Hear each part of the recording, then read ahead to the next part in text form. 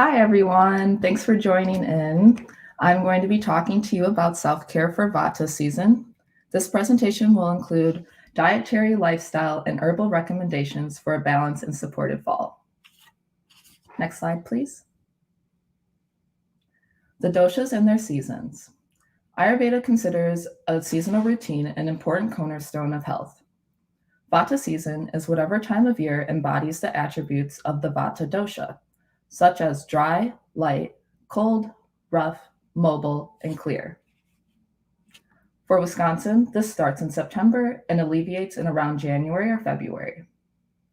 While Kapha season is the season with the qualities of heavy, cool, dense, sticky, and liquid, and this is from the months of March till May. And then Pitta season, the season we are just now leaving, has the qualities of hot, sharp, light, oily, mobile, and liquid. And for Wisconsin, this is from the months of June until August. And then so for different areas of the country, these seasons are in different lengths. So for us, for Wisconsin, Pitta season is probably the shortest one, where if you were living in Arizona, Pitta season would probably be one of the longest ones. And you can see these qualities in the environment and in yourself. When looking at Vata season, the winds start to pick up, it gets colder outside, gets drier, your skin gets drier as well. And then during Kapha season, it starts to get warmer, the snow melts, it gets cool outside, it's sticky from the mud. And then as the sun gets higher, the sun is almost sharp and it's hot, and your skin gets a little bit more oily during Pitta season. And all of these can be good. It's just when they become out of balance that disturbances can show up in the body. Next slide, please. By making diet and lifestyle choices that can counter the effects of each season, we can better maintain our health. If we consider the Ayurvedic principle, opposite cures like, Vata season will be less aggravating if you fill it with warmth, oiliness, stability, groundedness, and routine. Next slide, please. Starting off with some lifestyle recommendations, yoga is a great thing to add to your daily routine to create stability. Focusing on twist and folds will help improve your digestion, since constipation is a common symptom throughout Vata season. Herbalizing your baths is another great thing to add to your weekly routine, if not daily routine. Herbalizing your baths is a good way to nourish your body from the outside in. By adding ginger or cinnamon, you can create a warming effect during these colder months. Adding lavender can relax your nervous system, and it would be great before bed. Along with orange peels, they are proven to help with insomnia, and they also help balance out skin's oils. But if your skin is feeling extra dry, I would suggest oats in your bath. Rosemary is also another great thing, since it helps relieve joint pain, anxiety, and is also a natural cleansing tonic. Now, if you don't like things floating in your bath, you can always put these herbs into a pot, boil them for a few minutes, and then strain into your bath. And then for these next two, these are actually services that you can come into the school for. I recommend these seasonally, if not monthly. An Ambhyanga massage with Shirodhara consists of an herbalized oil massage along with a third eye oil pouring. This helps relieve anxiety, promotes better sleep, improves concentration, lowers blood pressure, and also promotes lymphatic drainage. So you will leave the service with glowing skin. 5 sense therapy is also another thing to add to your routine. This is a great thing to add because it helps. This consists of oilating each of the 5 senses. This helps eliminate toxins, nourish them, along with moisturizing and improving their function. Next slide, please. Moving on to some dietary recommendations, the same principle of opposite cures like follows. So we want to focus on oily, nourishing, and warming foods. This will go a long way towards maintaining your internal moisture, along with keeping you grounded throughout Vata season. So some foods that we would want to maximize are the sweet, sour, and salty tastes. And also eating soft foods and making sure that we're cooking our foods with ghee will be helpful. Also adding some warm stimulating spices such as black pepper, cinnamon, or cumin will help us digest our food better during Vata season. So your lunch or your breakfasts could look like oatmeal with some cinnamon, while lunches and dinners could look like cooked vegetables, of course cooked in ghee, along with hearty grains, maybe a soup or stew. And then if you do eat meat, this is a great time of year to eat it since it is a grounding food. Dairy products and nuts are also all beneficial. And then some foods that we would want to minimize are the bitter, pungent, and astringent tastes. These are all drying tastes. So since the environment around us is drying, we don't want to continue to add that to the inside of our bodies since that can create imbalance. We would also want to reduce cold and frozen drinks. Again, it's cold outside, so we don't want to be adding the same qualities to the inside of our body. Overall, if you do have these foods, make sure to have them in moderation and not have too many. Next slide. And then here are just some examples of foods that help pacify the Vata dosha. You can notice the sweet grounding taste with carrots, beets, pumpkin, sweet potato, melons, and oats. You can also see the sour taste with the grapefruit, lemons, limes, oranges. Garnishing your food with these will help you absorb your food and also break down and digest your food. The salty taste isn't necessarily shown too much here, but a great way to get that taste is through dairy. You can get it through soft cheeses, milk, or cottage cheese. Next slide, please. For each season, there are certain ailments that are more common due to the qualities of the season. So I just wanted to go over some herbs that would help with these certain ailments. If you experience any dryness, a demulcent will be helpful, such as fennel or licorice tea. These help bring moisture into your tissues. If you're experiencing any coldness, a circulatory stimulant such as ginger will be helpful to help bring warmth into your body. If you experience a lot of bloating, a warm carminative would be helpful. Carminatives help keep the digestive system moving downward and outward. Examples of those are cinnamon or black pepper. And then if you experience any anxiety or worry, a nervine tonic would be helpful since it does help strengthen the immune system, or the nervous system, excuse me, and overall helps you withstand stress. And ashwagandha would be a great herb for this since it also is a warming herb. Next slide, please. Now, I did want to talk about boosting our immune system since Vata season is also cold and flu season. By making herbal formulas into teas, honeys, or tinctures, you can easily and quickly get these herbs into your body. Next slide, please.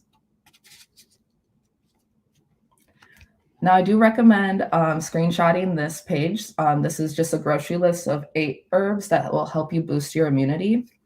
In the next couple slides, I will be going over 3 recipes that use these herbs. Echinacea root actually helps increase white blood cells. Ginger helps flush out toxins.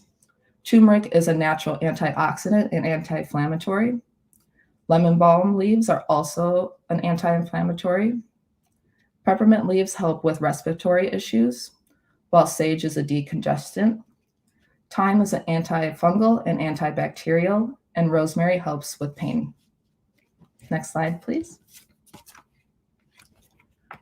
So this is a cold ease tea. It consists of 5 ingredients. This is a really great tea to help boost your immune system. You can drink this as needed or on the onset of a cold.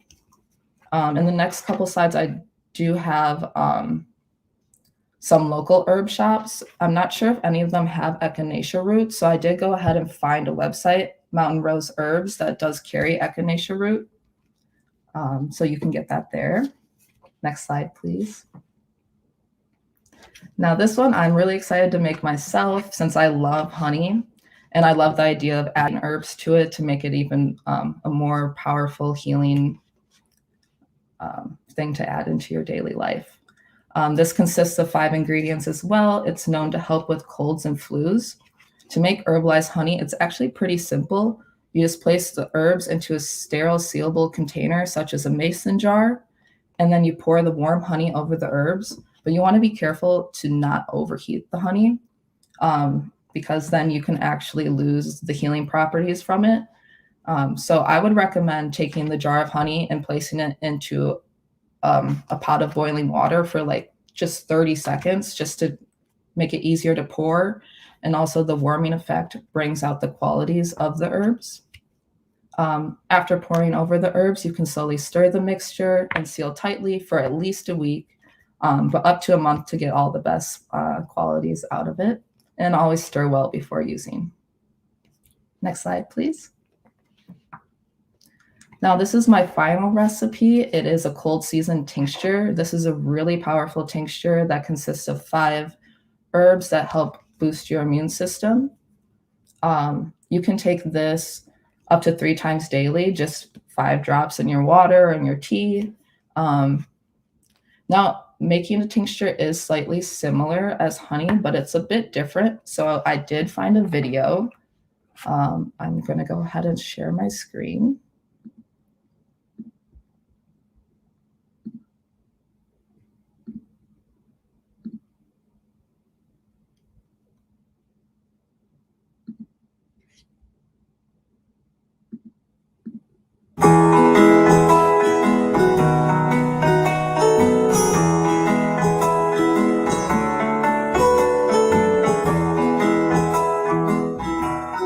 So tinctures are super concentrated herbal medicines, usually made with an alcohol base. Echinacea tincture is a great tincture to have on hand. It can give your immune system a ready boost when you need it. My favorite way to make echinacea tincture is actually with the whole plant. You could also make really excellent echinacea with dried root. The best time to collect the roots, including echinacea, is in the late fall of the year when all that energy that's been up in the upper part of the plant moves back down to the root and it stores in the root. The echinacea root has many of the medicinal properties of the plant. It's a very wonderful plant for enhancing the immune system. We call it an immunoenhancer, and it tinctures really readily in alcohol. The alcohol that we use it can be any number of different alcohols that have roughly between an 80 to 100% proof alcohol in those. If you don't like to use alcohol, either because of alcohol sensitivities or perhaps you're making a tincture for a child, you can also make a good tincture out of apple cider vinegar and or glycerin.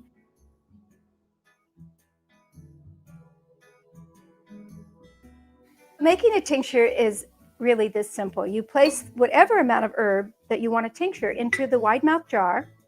Whatever amount of herb that you put in the jar, you're going to pour enough alcohol to cover that and add another 2 to 3 inches of alcohol above it. That's the general way that you make a tincture. We put the lid on, and then I like to put these herb jars just somewhere where they're really obvious, because every day you're going to want to shake them. It's a good time to put your own medicine power in there. You can shake and put your prayer so that you're making good medicine. Then once you have this mixed and you do your shaking every day, you're going to let it sit for 4 to 6 weeks. So remember to always label your medicines, even when you're making them up. You want to put the date that you made them, the herbs that are in them, and the solvent, the type of alcohol that you're using. You always think you're going to remember that, but trust me, you won't. This is my echinacea tincture that I made about 6 weeks ago, and it's ready for pouring. So to strain it, it's very simple. You just take a strainer, put it over a bowl. I like to layer the strainer with cheesecloth, because that way you can squeeze out all the last bits of that precious medicine, and then rebottle it. We like to store the herbs away from direct sunlight. One of the nice things about storing them in blue or brown bottles is that it protects them from the sunlight. Alcoholic tinctures are really, really strong, and we don't usually recommend that people take them straight. So what you do is you take your dosage and you put it in a small amount of water, juice, tea. The shelf life of an alcoholic tincture is many, many years. In fact, I usually say indefinitely. Echinacea tincture is really best for acute situations. You use it in large dosages, short periods of time, to really boost your immune system. It's excellent at boosting white blood cell activity. So if you were to make one tincture, I would really emphasize making the echinacea. It's just such a great medicine for warding off colds and flus. It's so easy to make. It actually even tastes okay. Remember to mix it with just a little bit of water, and remember to keep your dose up. Follow that dosage, 1/4 to 1/2 teaspoon several times during the day, and chances are you're not going to get that cold.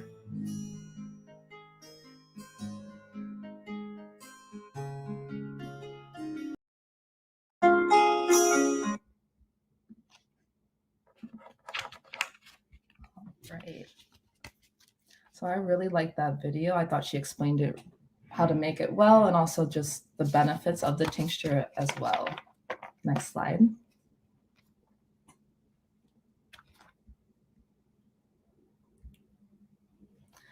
All right, so here are just 3 local shops. There's Tippecanoe Herbs in Bayview, there's Sway Tea in West Allis, and then there's also Aromatic Blessings in South Milwaukee. These are all just great local places to get some organic herbs if you were thinking about making any of these recipes. Next slide. I just want to thank everyone for listening, and I hope you're able to take a piece of information to implement into your life to have a healthy and balanced fall. Thank you.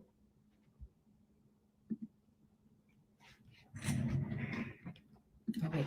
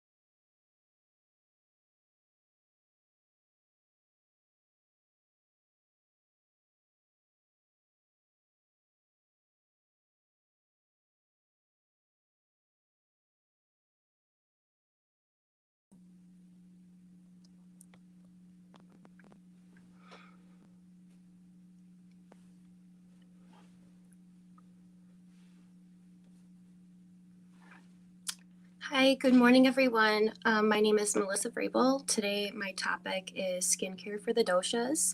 I chose this topic because right now I am studying to become an Ayurvedic esthetician.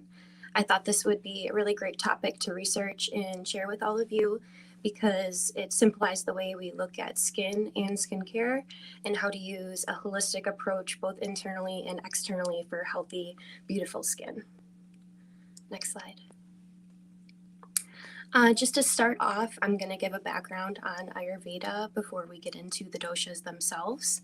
So, Ayurveda is the science of life, the science of self healing and self love, and in Sanskrit translates to the knowledge of life. Ayurveda defines life as the synchronicity of the body, mind, and spirit. Ayurveda treats the whole person, not just the organ or system involved. Incorporating Ayurveda into one's daily routine can give a higher quality, balanced, and healthier life. Good health is related almost directly and proportionately to proper lifestyle and state of mind. Next slide.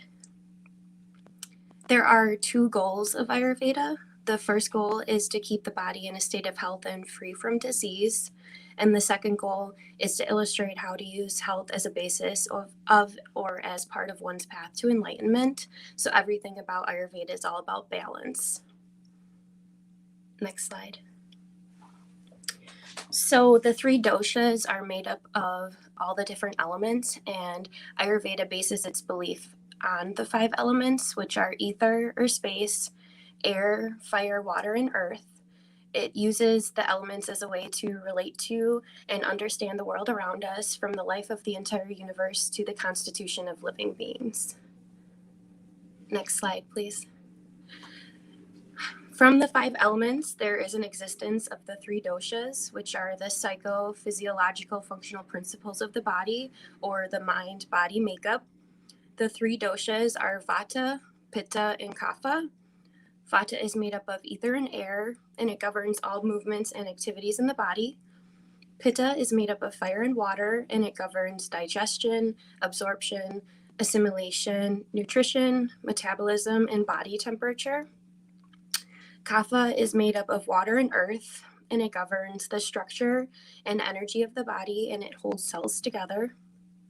The ratio of each person's own unique constitution is determined at the time of conception, and it can be dominated by one of the doshas, a combination of two, or all three. When functioning normally and present in their correct quantities, the doshas maintain all healthy bodily processes. And in contrast to that, when the doshas are out of balance, they create disease. So using these ideas, we can understand what the body needs to operate and function to be healthy and whole. Next slide, please. So to talk about the skin a little bit, the skin is the largest organ of elimination, and it eliminates a third of all body impurities. If the body is unhealthy or an organ is blocked, it will show on the skin. Using the principles of Ayurveda and understanding one's constitution, we can address the toxins or the dysfunction to cure the whole person. So this gives us a solid understanding of how to have healthy skin by applying the principle of putting good in to get good out. Next slide. So one principle of Ayurveda that makes it really easy science to interpret is that opposites cure like, and like increases like. So if you think about it, if you have a negative and a positive, you put them together and it neutralizes it. So if you think about skincare simplified, you can just think of how all the elements and the qualities, you just have to use the opposite of how your skin is reacting, opposite qualities to fix it. So we can better comprehend the elements by understanding the 20 gunas, or qualities associated with the doshas. The 20 attributes or qualities are the basis of understanding the qualities of the five elements in the three doshas. There are 10 pairs of opposites. They are cold and hot, unctuous, oily, and dry, heavy and light, gross and subtle, dense and flowing or liquid, static and mobile, slow, dull, and sharp, soft and hard, smooth, slimy, and rough, cloudy, sticky, and clear. Next slide, please. So as I go through this list, please try to think of the 2 elements associated with each dosha and how the qualities relate to them. It's a really easy way to view the doshas and understand them. So the qualities associated with Vata, made up of the elements ether and air, are light, sharp, cold, dry, rough, hard, mobile, subtle, and clear. The qualities associated with Pitta, made up of fire and water, are light, sharp, hot, oily, unctuous, slimy, smooth, liquid, soft, mobile, subtle, and clear. And the qualities associated with Kapha, made up of water and earth, are heavy, slow, dull, cold, oily, unctuous, slimy, smooth, dense, liquid, soft, static, gross, and sticky and cloudy. So having knowledge of the elements and qualities associated with each dosha can help us understand what each person needs to live a healthy, wholesome life. And having healthy, happy skin is achievable when someone knows their doshic constitution and applies these principles to their daily life and routines to stay balanced. Next slide, please. So just to preface, I organized this by each dosha with all the information.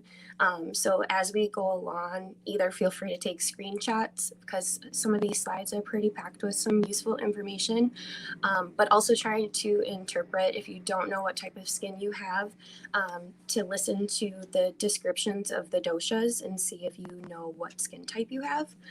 To start off, Vata dosha. A Vata dosha type reflects the air and ether qualities or elements and corresponding qualities in their physical, mental, and emotional bodies. People who are characterized as primarily Vata tend to be active, restless, enthusiastic, creative, and full of ideas. Their body type is thin or slender with some muscle development. When Vata types are out of balance, they can be anxious, fearful, prone to feeling overwhelmed, and physically can experience constipation, gas, dry skin, aches, and pains. Their hair tends to be dry, kinky, brittle, and coarse. And when out of balance, there's a tendency towards hair loss. Next slide, please. So to talk about Vata dosha skin, Vata dosha types typically have normal to dry skin. The skin of a person with a Vata nature tends to be dry, delicate, and thin, prone to dryness, flakiness, hyperpigmentation, or dark spots, and premature fine lines and wrinkles. When in balance, Vata type skin is slightly cool, dry, has a blue undertone, very fine pores, and when their skin is out of balance, it's prone to excess dryness, blackheads, fine lines, premature aging, and wrinkles. And you can see this picture here. To me, she has Vata skin. She has a very cool undertone to her skin. We don't see any pores. She probably has makeup on, but you can kind of tell she has like a long face. And to me, I would say her skin is characterized as Vata. Next slide. So to talk about essential oils that are good for Vata dosha, just know that some of these oils shouldn't be put on the skin pure. They should be mixed in with some creams or lotions, and also some of these probably shouldn't be put directly on the skin because you could have an adverse reaction. But Vata type skin needs sweet, sour, salty, calming, warming, hydrating, some alternatives, carminatives, and nervines to balance their skin. Some good Vata herbal oils are Brahmi, Bay, and Ashwagandha. The list here are some essential oils that are good in those categories. So this would be a good slide to screenshot. I won't talk about every single one, but you can see the ones listed here. These are good because of the qualities of the essential oils. Next slide, please. So here are some medicinal herbs and foods that are in the categories needed to balance Vata dosha. So as discussed in that previous slide, these are the categories that are good for the Vata dosha, but also some more specific. So for alternatives, which are blood cleansers, since Vatas are normally cooler, they should have heating alternatives listed there. There's some astringents, carminatives to help with digestion, nervines because Vata dosha governs the nervous system. So those herbs and foods are good for Vata dosha there. Rejuvenating and demulcents are really good. And you can see those listed here. So again, this is a good slide to screenshot. Go ahead to the next slide. All right, so talking a little bit about Vata lifestyle. As I go through the list here, try to remember the qualities of the elements within Vata dosha and why these would be good to balance. They need warm, nourishing, calming, hydrating, and lubricating qualities. So these are some examples of activities or ideas to incorporate into a routine for someone who's primarily Vata. In general, for skincare, Vata should use gentle cleansers with a cream consistency so they don't dry out or strip their skin. And then make sure to moisturize their skin immediately after cleansing to stay hydrated. Since Vata type skin leans towards being dry, cold, rough, and it is important to protect their skin from the environment. So especially during the Vata season, which is coming up, the fall, beginning of winter, it's important to wear hats, gloves, and scarves during those winter months just to protect their skin from the cold, dry wind. Having a daily routine is very important for a Vata person to keep them in balance. Every Vata should add Abhyanga, which is an Ayurvedic body treatment. I'll talk more on that later on. They should incorporate that into their nighttime routine, especially because their skin tends to be more dry and thin. Vata aggravated acne manifests through tiny milia or blackheads, so their skin might feel rough and congested. This is often caused by dehydration, dryness, and lack of movement. Drinking more water and fluids, eating hydrating foods, and lowering the intake of dehydrating foods can help with the internal cause of acne.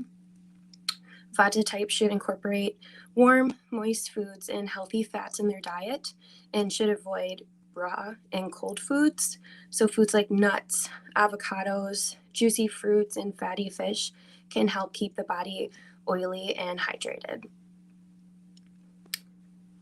All right, so next to talk about the Pitta dosha. The Pitta dosha type mirrors the qualities of the water and fire elements physically, mentally, and emotionally. People who are characterized as primarily Pitta usually have a medium frame or an athletic build with a high chance of good muscle tone. Pitta personalities tend to be a natural-born leader, very organized individuals, passionate, courageous, very sharp, and great communicators. With fire and water as their elements, a healthy balance of those elements makes them powerful, compassionate, and inspire others to achieve their goals. But on the other hand, when out of balance, they can have very heated emotions, impatience, jealousy, get angry, and physically can experience hyperacidity, ulcers, and inflammation. A Pitta dosha type usually has hair that is fine and light in color, and their hair might turn gray earlier in life than others because of that fire that burns inside of them. Next slide, please. The skin of a Pitta dosha person tends to be oily in the T-zone areas. This is the sensitive skin types, prone to acne, blemishes, and rashes. When their skin is balanced, it has a rosy, dewy glow with a red undertone. Pitta skin has a moderate thickness, is delicate, feels warm to the touch, and can have freckles, bead marks, and moles. When their skin is out of balance, there might be excess heat, excess oil, inflammation, rosacea, broken capillaries, acne, blemishes, and excess redness. The Pitta dosha is responsible for the color and texture, luster, glow, and temperature of the skin. It governs sweating and digests anything the skin comes in contact with. That's why it's typically the most sensitive of the three. Balancing Pitta internally can help with skin conditions, redness of the skin, and blemishes. So as pictured here, this picture of this girl, you can kind of tell she has that rosy red undertone to her skin. She has a few freckles, a few moles. Red hair is pretty common for the Pitta dosha. Next slide, please. So again, this is another slide to screenshot, a list of good essential oils for the Pitta dosha. Pitta skin needs bitter, pungent, astringent, stimulating, heating, diuretics and diaphoretics to be balanced. Some good Pitta herbal oils are neem, brahmi, burdock, licorice, and shatavari. Here are some essential oils in those categories listed here. Go ahead to the next slide. So some Pitta medicinal herbs and foods listed here. Like I said in that last slide, just some good categories. So they need cooling alternatives to cleanse their blood because they're have the fire element, so you want to cool that down. Astringents are good, diaphoretics and diuretics, and also demulcents. So these are all really great examples of herbs or foods to incorporate in their diet or skincare. Next slide. With Pitta skin type being sensitive and often flushed, it is best to use natural and pure products instead of chemical-filled products that can irritate and inflame the skin, especially like fragrance. Pitta type acne is usually classified as red with inflamed papules and pustules, and also milia and cysts. Anti-inflammatory, antimicrobial, liver stimulating, circulatory stimulant herbs are great to use to target Pitta type acne and skin conditions. Ingredients that promote calm skin and that balance hydration are coconut, sunflower, grapeseed, licorice root, lavender, rose, and tea tree. Soothing herbs like neem and sandalwood and thyme are good for irritated skin as well. Incorporating cooling foods into one's diet can help keep a Pitta type balanced on the inside. It is best to avoid acidic and spicy foods, alcohol, soda, and junk food. One element of the Pitta dosha is fire, so it is especially important for this dosha type, all others too, but to always wear sunscreen and stay cool and balanced on hot days. Pitta types thrive on routine, so to keep their mind and body cool and grounded. Next slide. So next to talk about the Kapha dosha. The elements that govern the Kapha dosha are water and earth. Their physical, emotional, and mental state reflects those elements and qualities associated. Kapha dosha type can be characterized as having a solid, stable, sometimes stocky build. They have larger features than the other doshas, an abundance of hair, large eyes, and thick lips. Their personality tends to be sweet, loving, and loyal, and they tend to put others first. When they're out of balance, physically, they can gain weight easily. There's an excess of mucus, lethargy, feelings of nausea, and mentally, they can become stubborn and have attachment issues. Kapha dosha types have hair that tends to be oily, thick, full, wavy, and coarse. Next slide, please. To talk about Kapha dosha skin type, their skin complexion tends to be pale and often has a lack of color. Their skin has a generous amount of collagen production and tends to be slightly moist, thick, supple, and soft. Kapha types tend to look young throughout their life because of how smooth and supple their skin appears.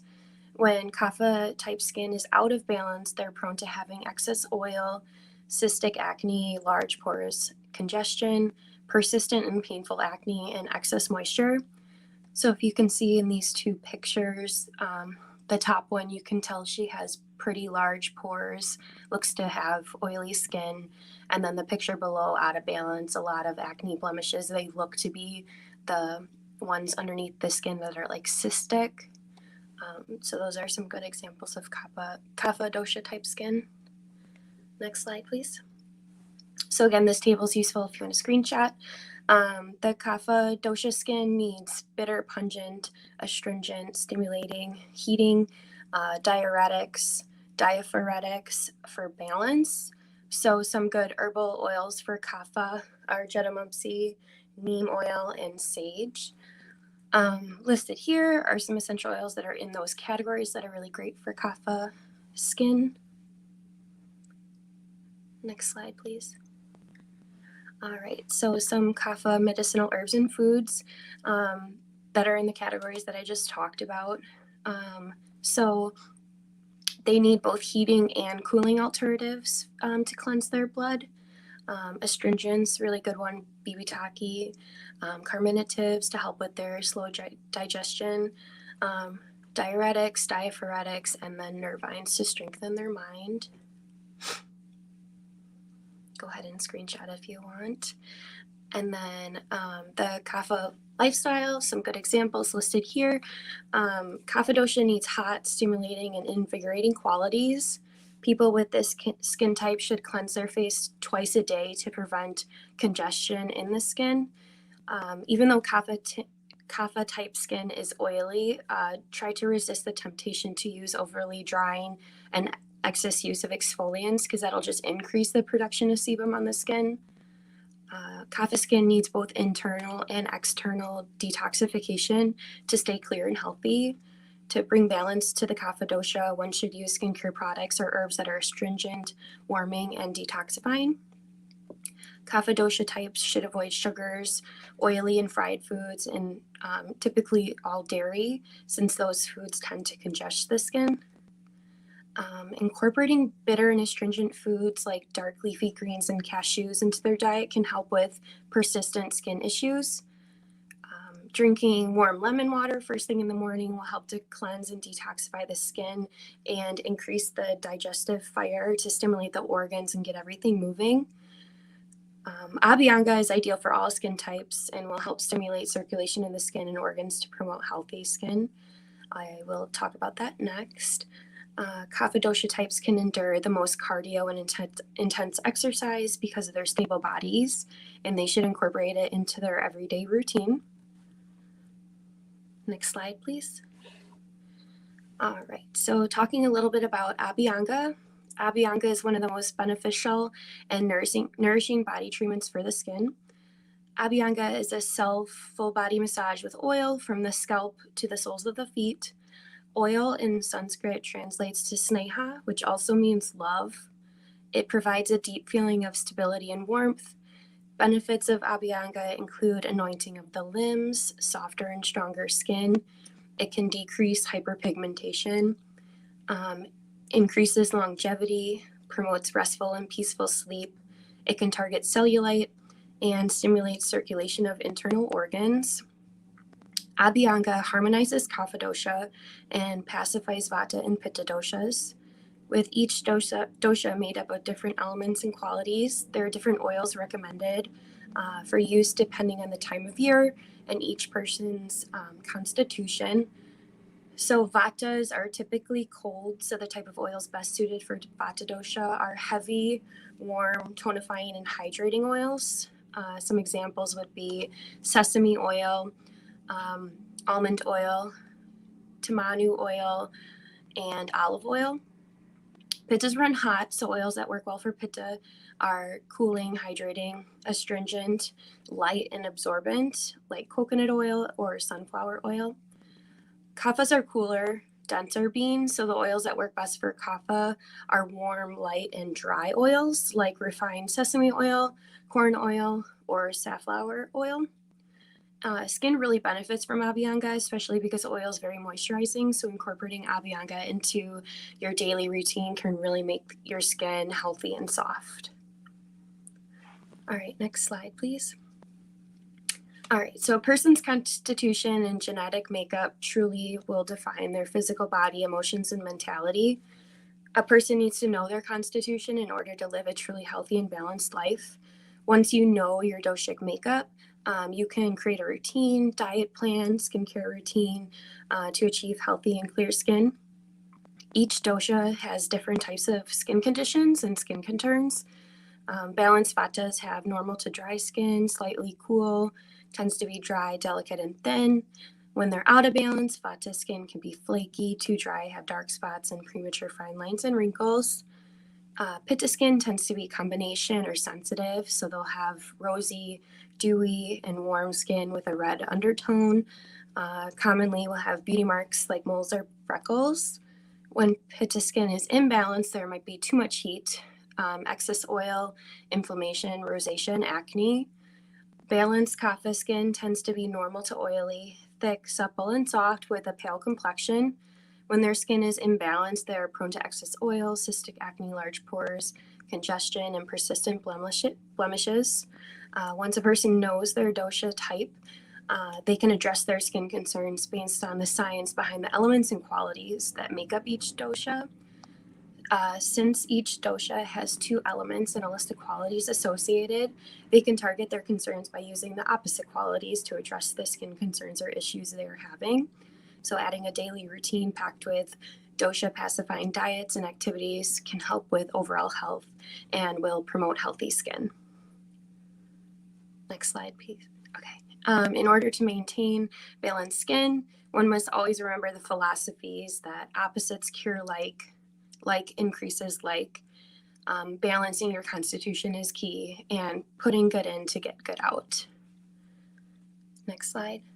So these next few slides are some really good examples of holistic skincare.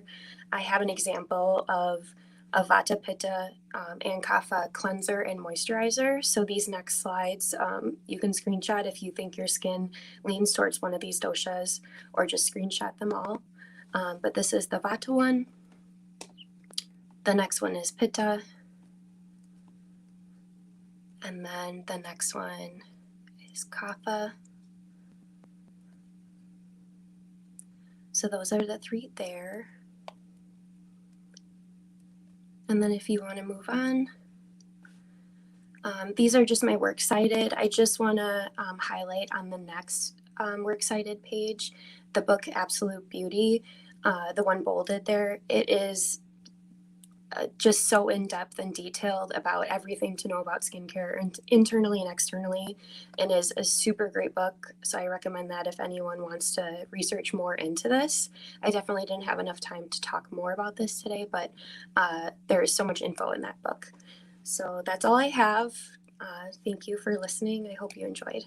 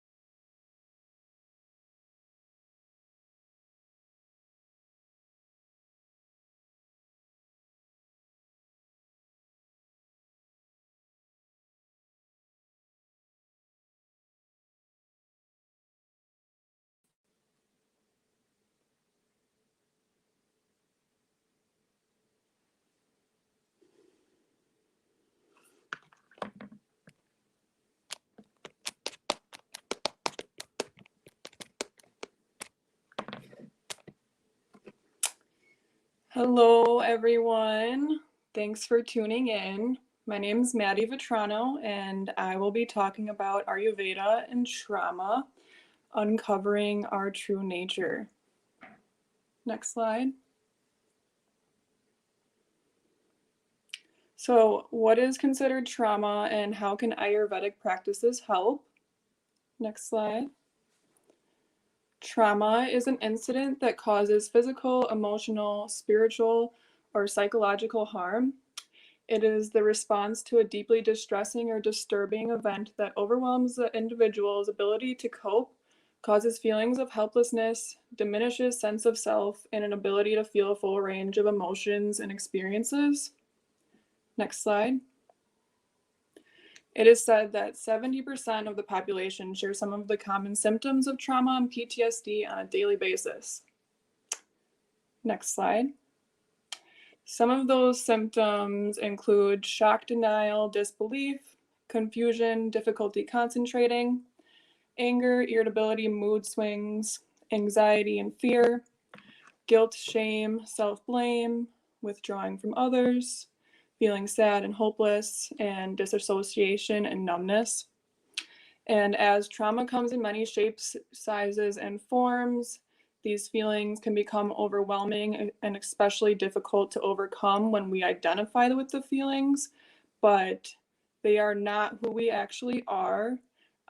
So I encourage everyone who struggles with trauma to not lose hope and take notes on what I'm getting into next.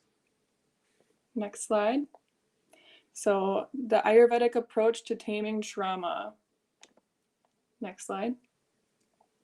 So just to get into the basics, Ayurveda is the world's oldest whole body healing system. It originated in India, and it's recognized as Eastern medicine to balance the mind, body, and spirit. It provides a focus on diet, herbalism, and yogic breathing, and it's also considered the mother of all healing systems. Some more basics that we need to know are the doshas. They are the energetic humors that govern the psychological and physiological makeup. So there's 3 doshas, and we are all a unique combination of all 3, but we are predominantly 1 or 2. So they're Vata, Pitta, and Kapha. Vata is the air and ether elements. It governs movement in our bodies, and it is also the lightest of the doshas. Pitta is that of the fire and water elements. It governs transformation and digestion, and it's going to be the warmest of the doshas due to that fire quality. And then Kapha is the water and earth elements. It governs protection. It's those thick mucous membranes, and it is also the heaviest of the doshas. Next slide. So to get a little bit further into the doshas and describe them so we can get a greater understanding, Vata, air and ether, has qualities of cold, dry, light, subtle, flowing, mobile, sharp, hard, rough, and clear. And you can see on the photo on the right, the body characteristics are often a narrow body frame with a long neck and bones. And they may tend to fluctuate in their weight.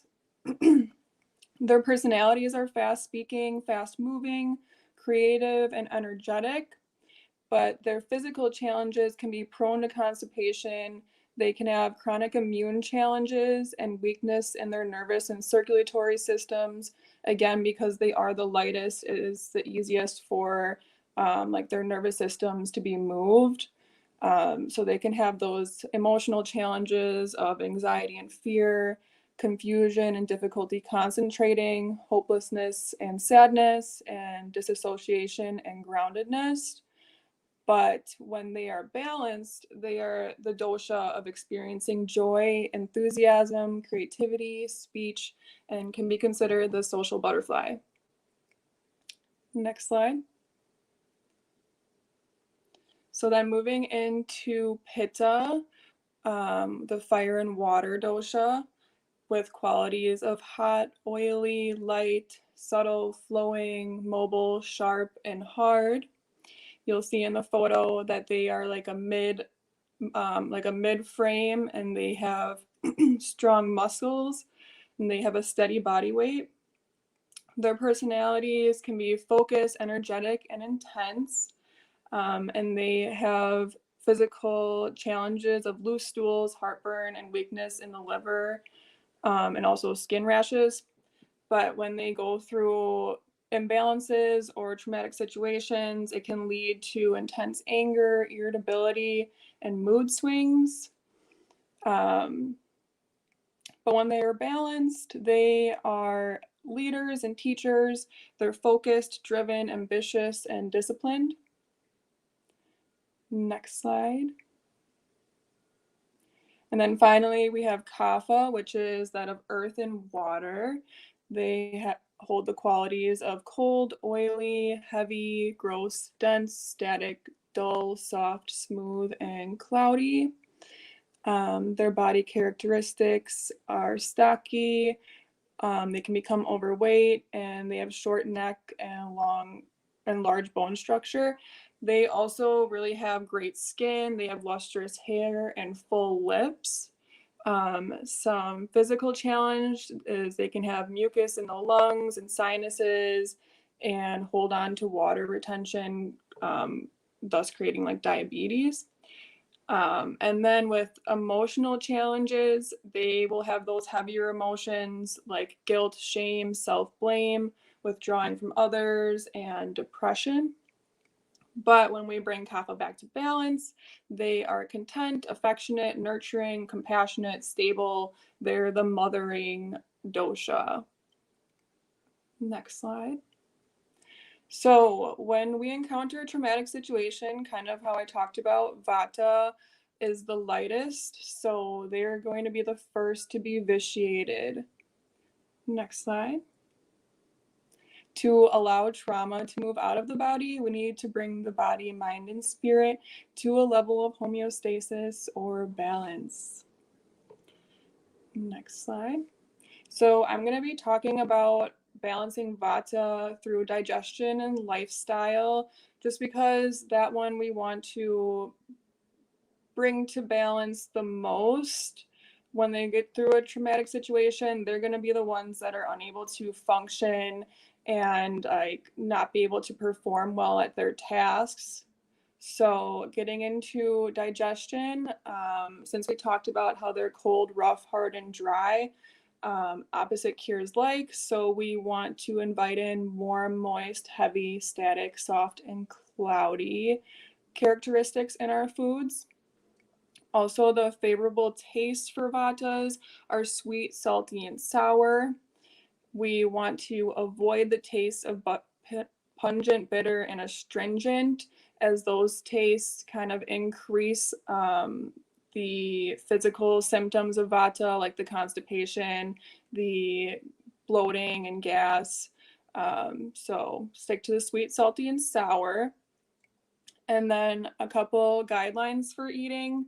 Vatas really need routine to stay grounded. So eating at the same time of day every day and following a proper routine is really important. We want to add lubrication and oils like ghee and sesame. Lubrication is going to keep Vata digestion moving properly. We also want to add heating spices to get the digestion moving, like cinnamon, ginger, fennel, and cardamom. Anytime we can add a heating spice is going to be great. And then we want to avoid caffeine and alcohol. That can kind of throw things off balance a little bit further. Caffeine is very bitter, so it's going to really move a Vata person. We also want to avoid dry and raw foods as it's harder to digest. And then processed, refined, and microwavable are not favorable, and that goes for all the doshas. Next.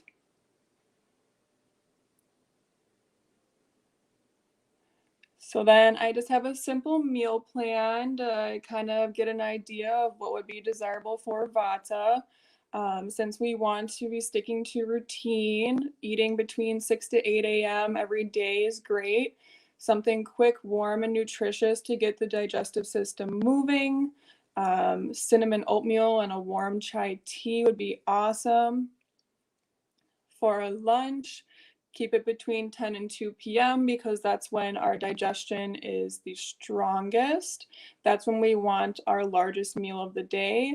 I have an example of mung dal kachari. It encompasses all 6 tastes and it's warm, moist, and heavy. So Vatas will do very well with that. And then for dinner, between 4 and 6 p.m., we want to have it a little bit earlier in the evening so our bodies can digest and prepare for sleep without having a heavy meal still waiting to be digested. So something small, warm, and easily digestible is great, like a carrot ginger soup. Next slide. So then balancing Vata in daily practices. Again, routine is really important for Vata. I can't stress that enough. So we want to have morning, evening, and seasonal routines. Some great things to add into routine is movement. Because Vata is the dosha that moves, we want to get trauma moving. So some great ways to do that is dance, gentle yoga or qigong, and yoga nidra, which is guided sleep. Vatas do very well with grounding themselves through yoga guided sleep, but we can't forget to keep our bodies moving. Another practice would be mantra or chanting, because when Vatas go through trauma, they can have their voices kind of shut out and weakened. So practicing great mantras and chanting will help get that upward flow of Vata. Another practice would be self-massage or oil massage, which is very grounding and lubricates the tissues.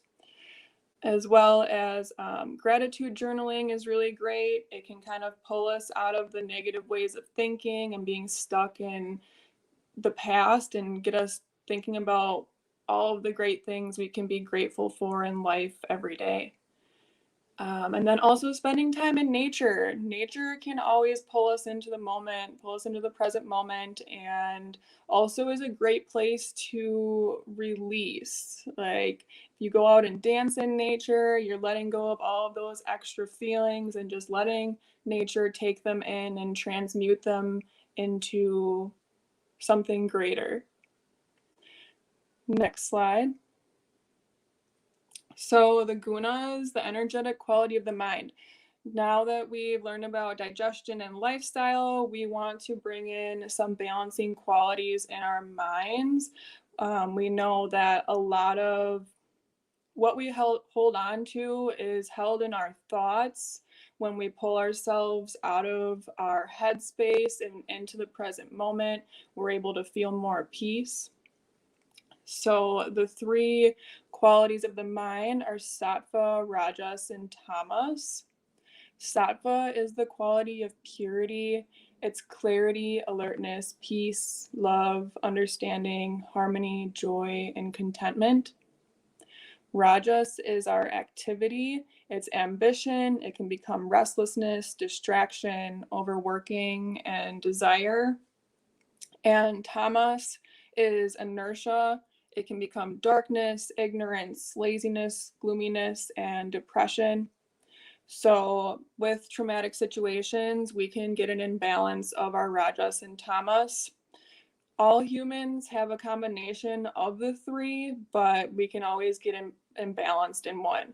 So putting a focus on sattva is going to help us gain more clarity in what is real and what's not.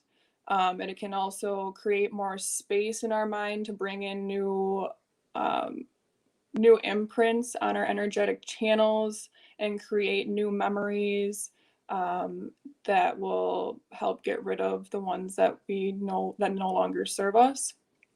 So we want to focus on bringing in that sattvic quality. And to do that, we can do it through herbalism. Next slide. So some great herbs for the mind, which are just a few out of many. Ashwagandha, Brahmi, and Jetamansi. Ashwagandha, which I've been loving, is an adaptogen. It helps with stress processing. It provides warmth, vitality, and strength, and it is a mood stabilizer and improves well-being. Brahmi, which is Bacopa or Gotu-kola, they are both considered Brahmi. It is also an adaptogen, which helps withstand stress. So this is going to be a preventative measure. It is considered the goddess of creative potential, and Vatas are the most creative of the doshas, so this is going to really bring that out. It increases focus and memory. And then I have Jetamansi, which is a nervine tonic which strengthens the nervous system. It's calming to anxiety and excessive thoughts and provides grounding. So all three of these can be used separately or they can be used together, which is going to make it even more powerful. And then ways to use herbs. We can use them in teas, tinctures, capsules, nausea. And for teas, if the symptoms are very chronic, drink 3 to 4 cups a day for 3 to 4 months. If it's acute, drink 1/4 cup every half hour until symptoms subside. For a tincture, chronic symptoms, half a teaspoon to a teaspoon 3 times daily. For acute, 1/4 to 1 teaspoon every half hour until symptoms subside. For capsules, for chronic symptoms, 2 capsules 3 times a day. For acute, 1 capsule every 3 to 4 hours. And then one of my favorite ways to use herbs lately is nausea, herbalized nose oil. Since our nasal cavity connects directly to our brain, we can bypass the digestion of the herb, and it goes directly to our brain, so we get those benefits right away. And then there's great nose oils out there that have the herbs like ashwagandha and brahmi in them, so I recommend looking into that. Banyan Botanicals website is really great for things like that. Next slide. And then getting into meditation and pranayama, this is going to be really important for trauma release. Our breath is more powerful than we think most of the time. When we get into a consistent practice with meditation and pranayama, the benefits increase. So some of those benefits, which are a lot, are reducing stress, controls anxiety, improves our outlook on life, enhances self-awareness, lengthens our attention span, may reduce memory loss, can generate kindness, may help fight addictions, can improve sleep, help control pain, and it's accessible anywhere. Our noses are not leaving our bodies, so we can breathe and put attention to our breathing at any point of the day. 2 great breathwork practices that I think are super easy and can be easily incorporated. One of them being 16 seconds to bliss, 4-part breathing. So to do this, you're just going to breathe in for 4 seconds, hold for 4 seconds, then breathe out for 4 seconds, and hold it for 4 seconds. And then just continue doing that, and you'll feel the bliss start to creep in. And then another one is Nadi Shodhana, alternate nostril breathing. To do this one, you're just gonna block one nostril. I'll say block your right nostril, breathe in through your left nostril. Then you're gonna block your left nostril, breathe out through your right. And then you're going to breathe in through your right, block, and then breathe out through your left. And that is a whole round of Nadi Shodhana. That kind of really brings your attention to your breath. You're kind of focusing on your hand or your fingers switching the nostrils, and it also balances the left and right hemispheres of the brain.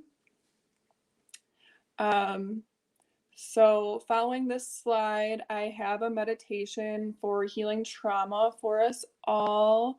I encourage everyone to relax and kind of let this one sink in. And you get what you give in the meditation. So kind of let it lead the way. Next slide.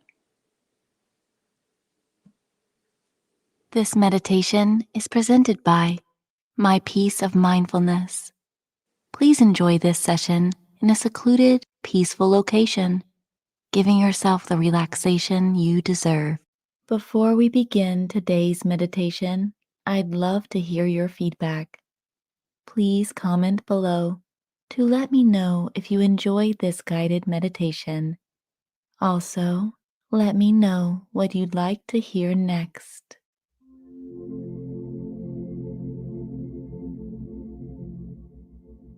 Find yourself in a comfortable position. You may close your eyes if you wish. Today, we will be addressing PTSD and any trauma. It is your awareness itself that is digesting and integrating your trauma and fear. Feel your body resting in this moment, taking this time for you. Muscular tension or tightness anywhere in the body is a result of a mild sensation of fear. The jaw, the throat, the chest and the diaphragm, even the belly are places where we hold trauma. Notice what your PTSD is attracted to feeling in the body. At first, it may feel scary to feel your trauma, but know that it is simply a feeling. Your fear is not going to kill you. It's actually feeling it that makes for it to release and move on out of your body.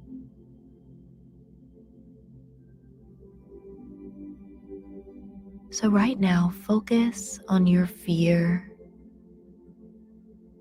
Where is it held in the body? Imagine that you are just sitting on the sidelines, watching the fear play out in the body. You don't have to be involved. You don't have to react in any way. You are just witnessing the tension in your body. It's okay, I'm right here with you, talking and guiding you through with relaxing and soothing tones of voice. Think of me as someone you can trust, who cares for you, even though we don't know each other. I do care for you, and so you can care for yourself. I've noticed that when I allow myself to feel my anxieties and worries, the sensations of terror in my body suddenly change. And the only way I can describe it is that it feels like I'm in a bubbly hot tub. When I allow myself to feel my trauma, it is being shaken from my soul and my body. It is being released because you are allowing yourself to release it. The physical body does not want to hold on to trauma any longer. It wants to set it free so that the cells can regenerate.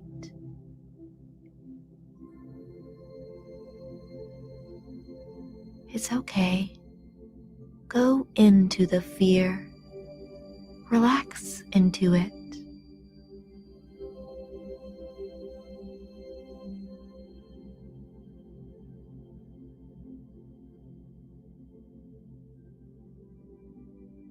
As you are watching your fear in the body, you witness the tension in the jaw, and you are allowing it to be there.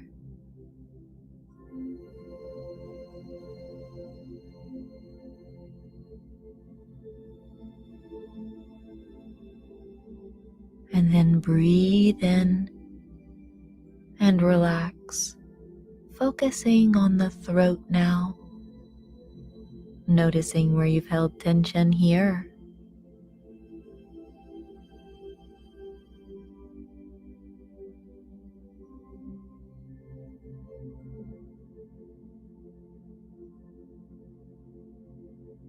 Focus now on the chest.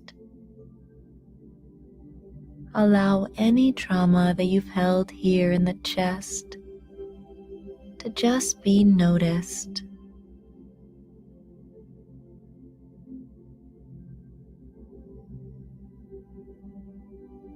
It's okay, I'm still here guiding you. You are safe and sound, and most of all, you are relaxed. Yes, tension is uncomfortable, but it wants to release So don't fight it any longer. You can do this.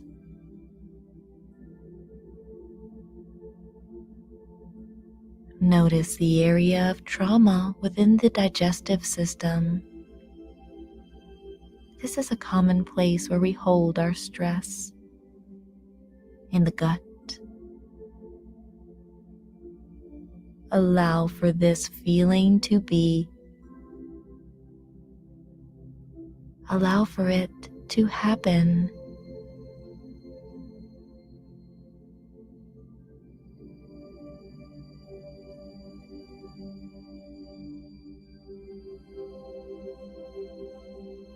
See how this state of awareness is letting the tension release? It's because you are accepting of it. You are not pushing it away and holding it in any longer.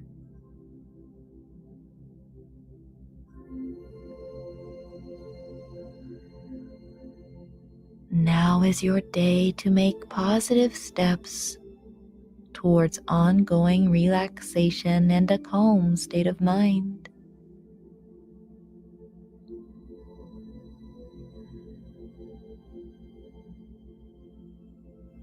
You can do this. Stay present in the body. If you get carried away with thinking, that's okay.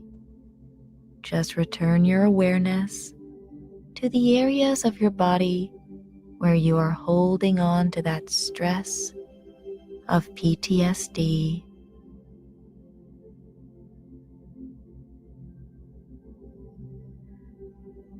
You deserve this.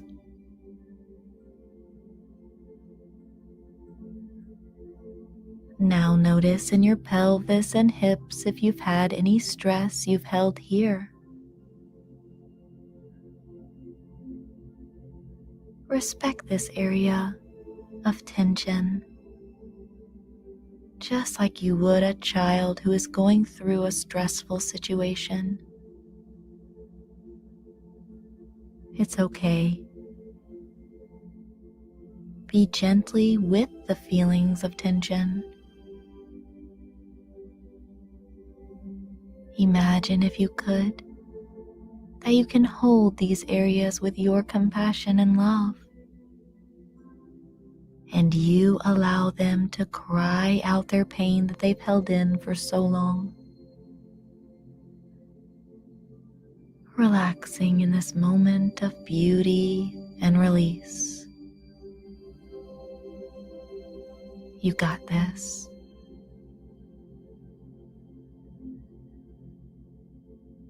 Every moment that passes by now is a step in the direction of freedom. Letting yourself feel is the way of undoing all the trauma you have accumulated over the years. This is your time to really let it happen. You are not holding it in or suppressing it any longer.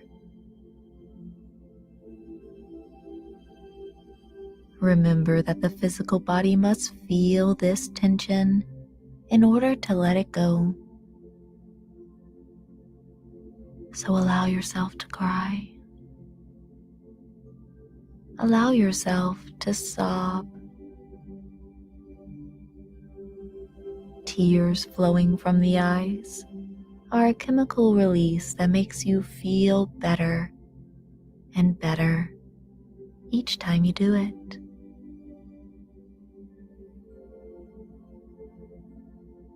And if you don't allow yourself to cry, expect for the physical body to release these feelings in another way that may be uncomfortable for the time being, but they too shall pass.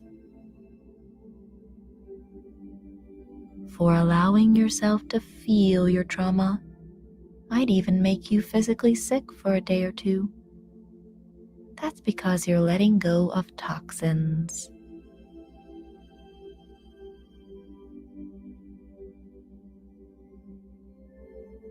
Remember, you are getting stronger by allowing yourself to cry and to feel. It's okay that these traumatic things happen to you. Sorrow happens in every single person's life. Some may have it worse than others, but the body experiences trauma in the same way, through tension. And if we do not allow ourselves to feel this tension, it may never let go. So continue meditating on your own now for as long as feels comfortable, letting yourself release the trauma through feeling it. Namaste.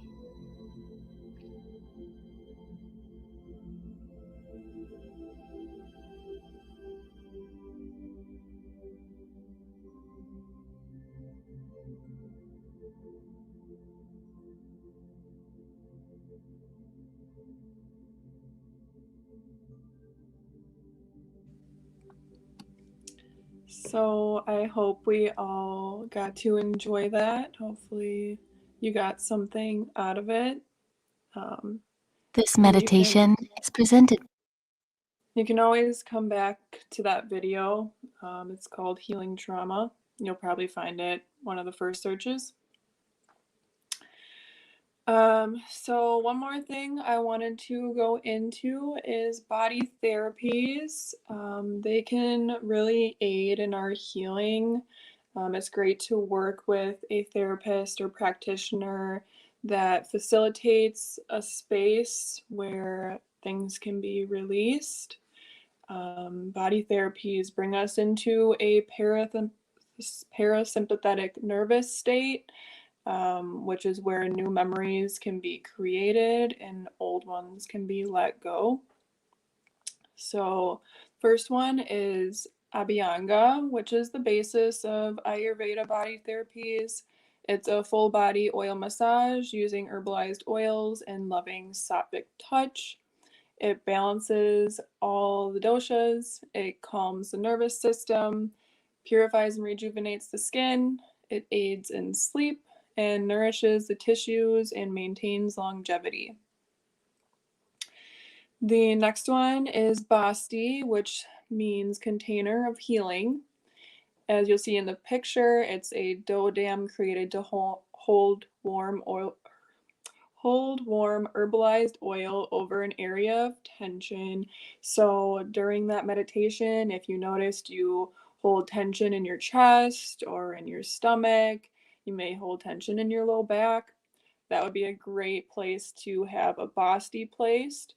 It can help allow deep penetration of herbalized oil, helps let go of grief, and brings toxins to the surface to be released. And then finally, Shirdara, which is a continuous stream of warm oil poured over the third eye from a copper vessel. This therapy is very powerful in helping synchronize alpha brain waves. It improves mental clarity. It is helpful with stress and tension release. It relieves anxiety, worry, fear, depression, and exhaustion. I really recommend these therapies. And right now at Aveda, we are actually offering a free wellness consultation with these therapies through October. So check that out. Next slide.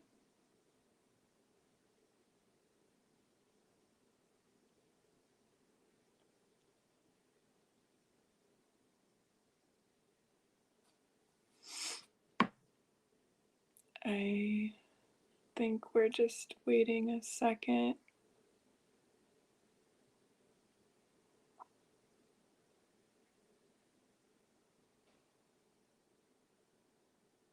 Hey, next slide. Thanks. So in conclusion, we are not our traumas. There's more to us than what's stuck in our energetic channels. We are able to allow trauma to move out of our bodies by adopting Ayurvedic practices through diet, lifestyle, herbalism, breathing exercises, and body therapies. Hopefully, everyone can feel supported in knowing that there's help. Consistency is really key in these practices.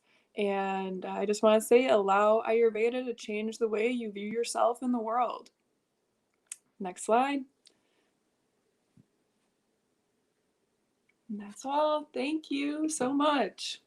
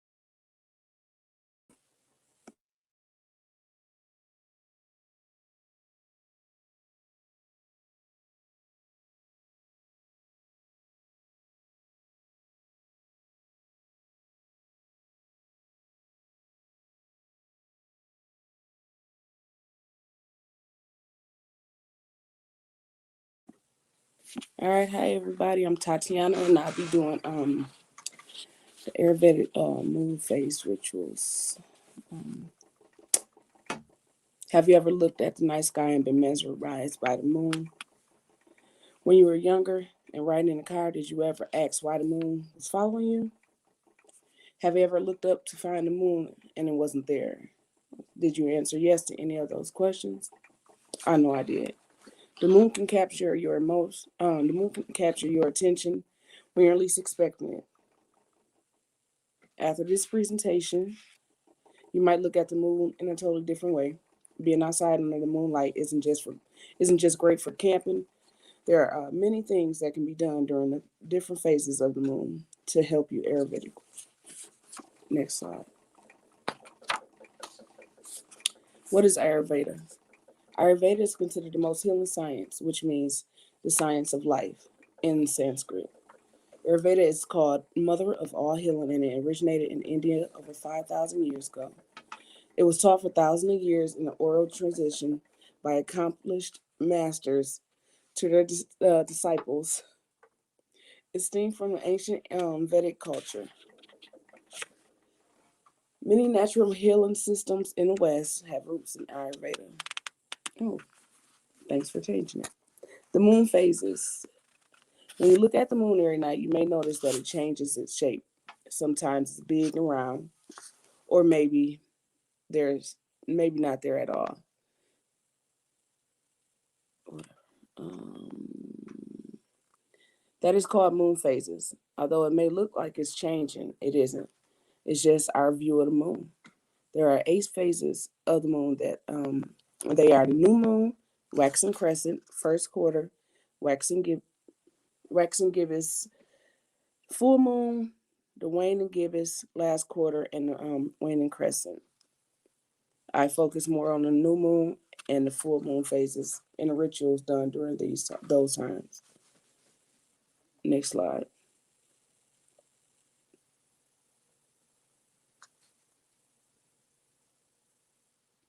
Next slide. Thank you. All right, the new moon. The new moon phase is when the illuminated side of the moon is facing the sun, causing it to look invisible. During this phase, the moon and the sun is in the same part of the sky, and they both rise and set at the same time. Next slide, please. Good. The waxing crescent. The waxing crescent phase is when most of the illuminated part of the moon faces away from Earth. Only the tiny sliver is visible.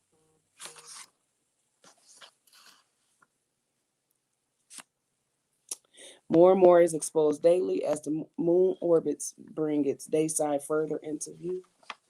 The first quarter. This is the phase when the moon is a quarter way through its monthly journey and half of the illuminated side is showing.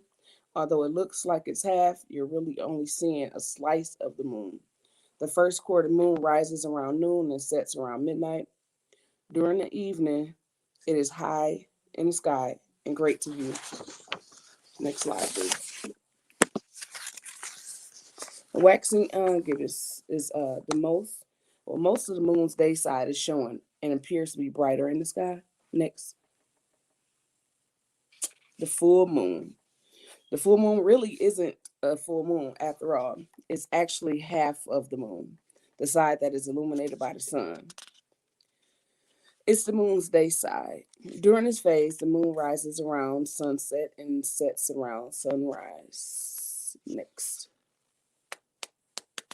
The waning gibbous. This is the starting phase of the moon's journey back towards the sun. The opposite side now reflects the light, appearing to shrink nightly and rising later and later each night. Next slide. The last quarter, just like the first quarter, in reverse. The moon appears to be half illuminated, but it really is a quarter of the size. This phase is also known as third quarter moon and rises around midnight, setting around noon. Next slide. The waning crescent. At this phase, the moon is almost back to where its day side faces the sun, exposing a sliver until it's nothing showing. Next slide. All right, new moon rituals. The new moon phase represents growth and renewal. It's the best time to dream, wish, and set goals. Here are some ways to guide you through the process. Create a sacred space. Find a quiet place you love, either inside or out, that's not cluttered and free of distractions. Make sure there is enough room for the sacred things you love, like crystals, candles, or photos of loved ones. You may want to burn sage or incense to help clear the area. Create openness and readiness by repeating a mantra, affirmation, or prayer.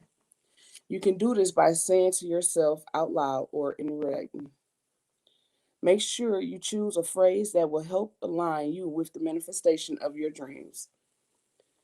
That will allow you to create intentions for the new moon. A good mantra you could chant is the Shiva mantra. Chant the mantra out loud or to yourself 108 times.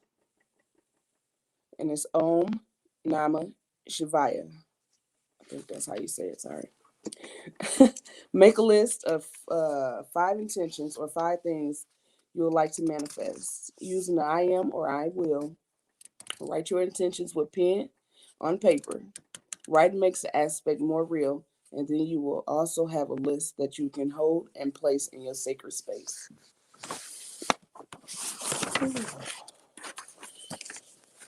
Meditate. Thank you. Close your eyes and sit comfortably for 5 to 10 minutes.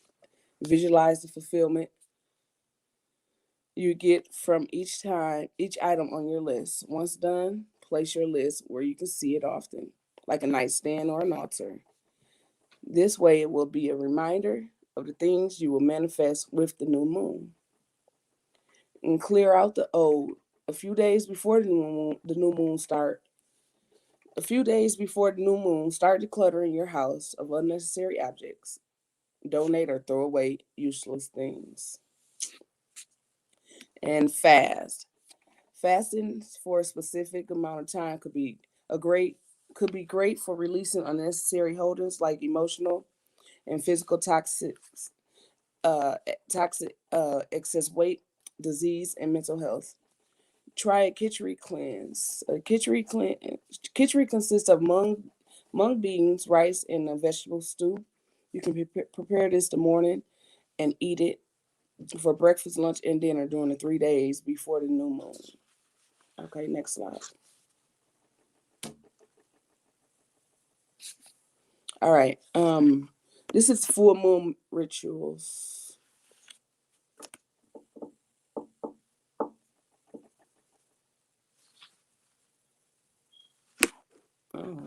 Okay, well, anyway, full moon phase is considered the most favorable time.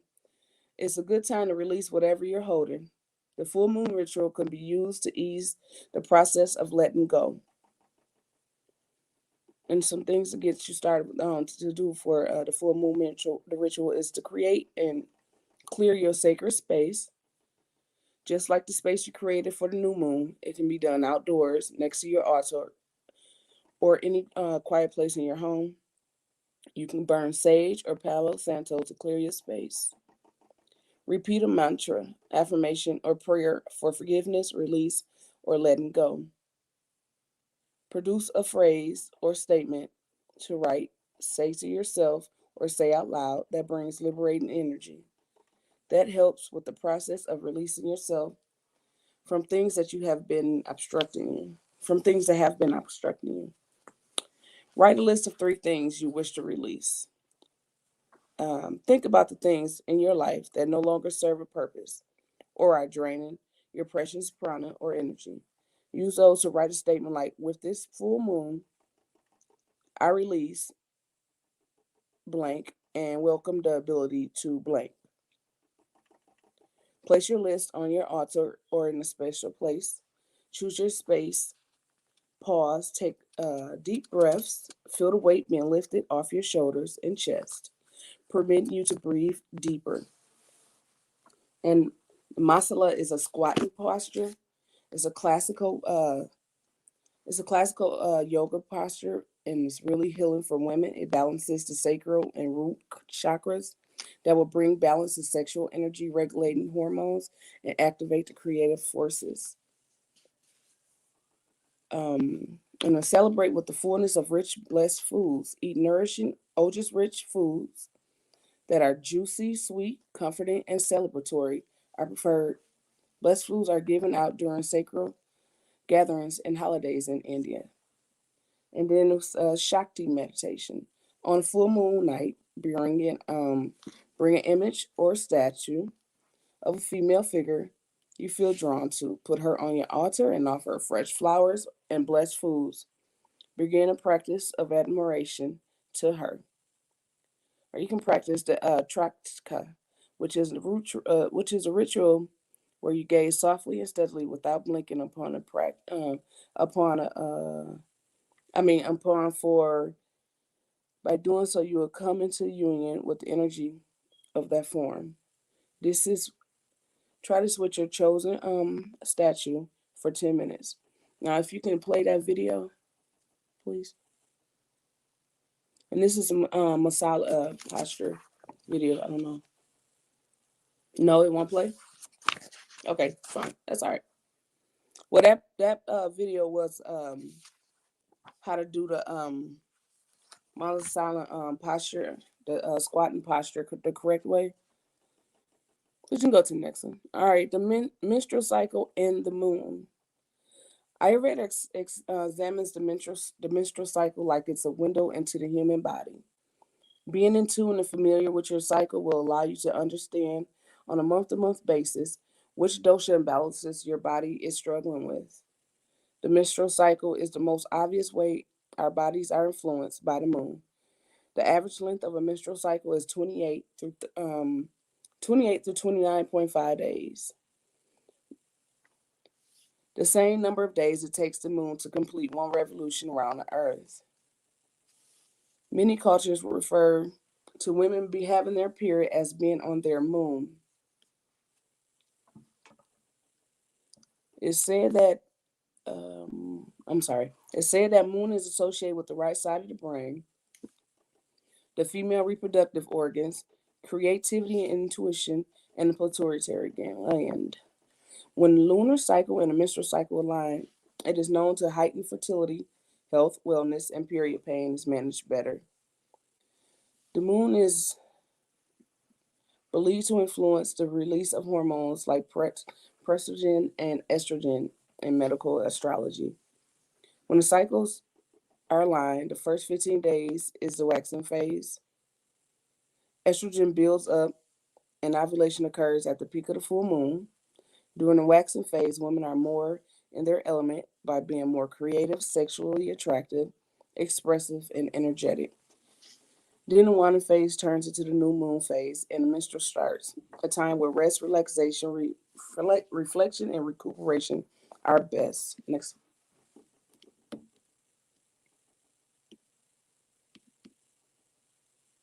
slide. There we go. Moon bathing. Moon bathing is the ancient practice of setting everything aside to expose yourself to the moonlight, soaking up the hues, the calming energy, and the glow. Sitting in silence while communicating with the lunar body. How the moon bathe. Step outside for 15 minutes every night during the lunar cycle. Look at the moon and relax in its glow, or dance under the light. Notice how your body feels when you are in tune into its energy. Try the full moon guided meditation by Sri Sri Ravi Shankar on YouTube. That's a really good guided meditation. And the benefits of moon bathing is to reduce inflammation. It makes vitamin D available to your body. It increases ojas or vitality, balances pitta, soothes and cools excess heat and anger, helps diseases like hypertension, migraines, hives, rashes, gives nitric oxide, which helps regulate blood flow and reduces blood pressure, and helps with menopausal and premenopausal symptoms. Next slide. Moon gazing. I don't think my meditation is going. This one's not going to play either, is it? No, go ahead. Nope, it ain't no play on. Okay, anyway, so we'll get to it. Moon gazing, also, well, it's called moon tratika, which is moon gazing. It's tratika means a fixed gazing. It was a pillar of hatha yoga before postures and breathing exercises began to dominate that system. This technique can be practiced nightly or during a full moon when the moon is available. You can also use a photo of the moon. Just darken the room so that your focus is entirely on the photo. Benefits from Tratica is relief from insomnia, outstanding concentration abilities, develops the third eye and intuitive abilities, deep relaxation, and other benefits you'd receive from meditation.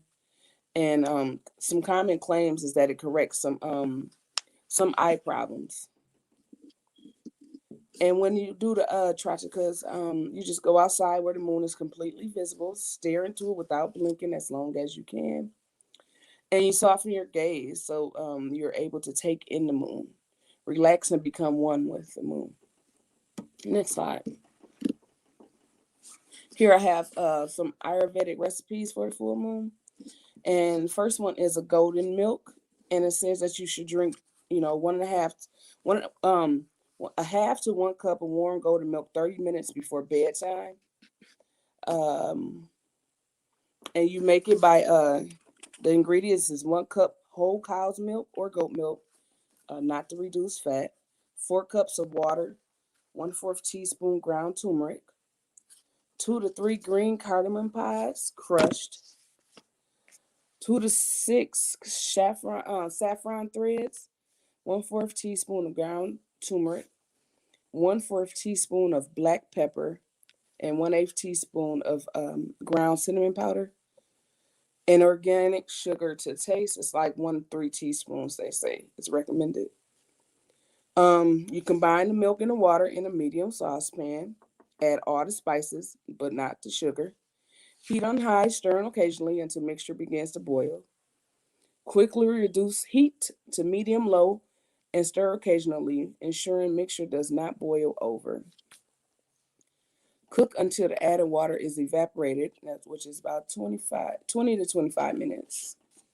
Once the liquid has reduced down to 1 cup, remove from the heat and strain, discarding any pods or spices left at the bottom. Add sugar if you're using it. Drink hot or warm. Sip on your golden milk in a quiet, cozy space, then prepare for bed. On the next slide, please. And the next one is a good one. It's called a full moon. It's a full moon recipe, but it's called silver porridge.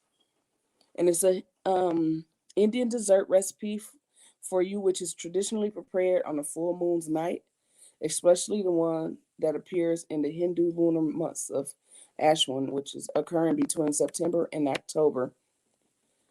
So that may be tonight, because tonight is supposed to be the full moon. This particular full moon is celebrated as a day of harvest, when believers are known to fast a whole day. The silver porridge is a traditional recipe which is made in the evening with all the community members gathered together. The porridge is kept under the full moon and consumed the next morning.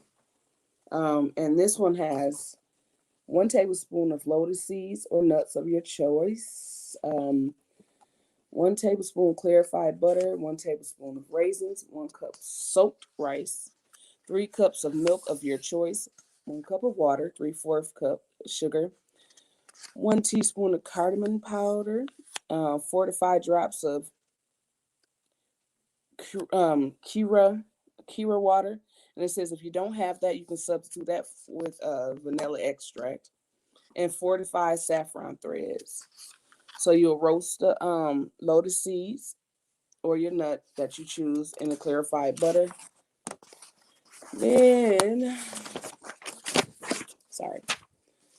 Then you'll boil milk and water with the saffron threads. Reduce the preparation by 1/3. Pour in soaked rice and cook for 30 minutes. Add remaining ingredients. Bring the porridge to room temperature. Mix the top creamy layer with the rest of the porridge. It is usually cooked and kept under the moonlight in a silver vessel. Next slide, please. Just want to thank you guys for your time. In conclusion, when the next time you happen to glance at the moon, think about what Ayurvedic rituals you could be doing, or try to see if you can figure out which phase it's in. Just remember that big light in the night sky that we all call the moon has many more benefits other than being great for camping. Thank you.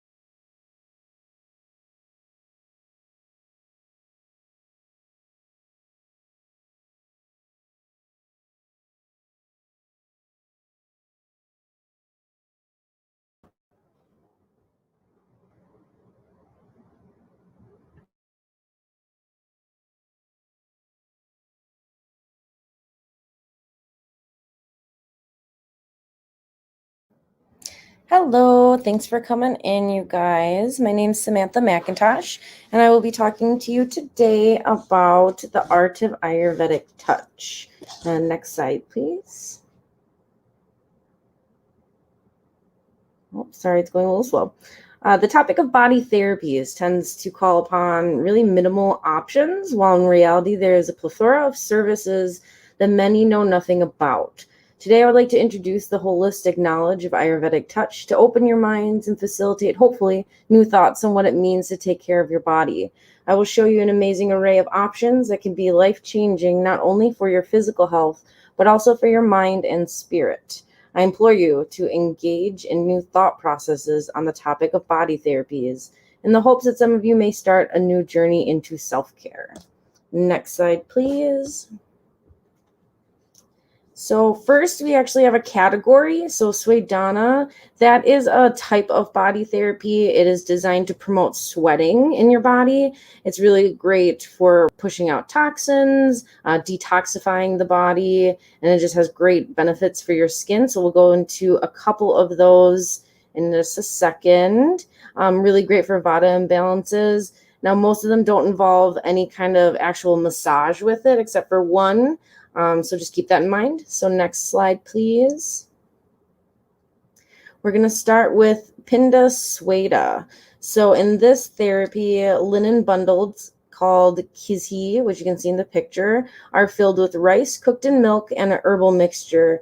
Then they're dipped in special medicated oils. So these bundles are used to actually give the massage on the entire body, and this is especially good for Vata disorders, and it's great for the skin as well. The medicated oil really gets penetrated nice with the heat that's coming off those bundles.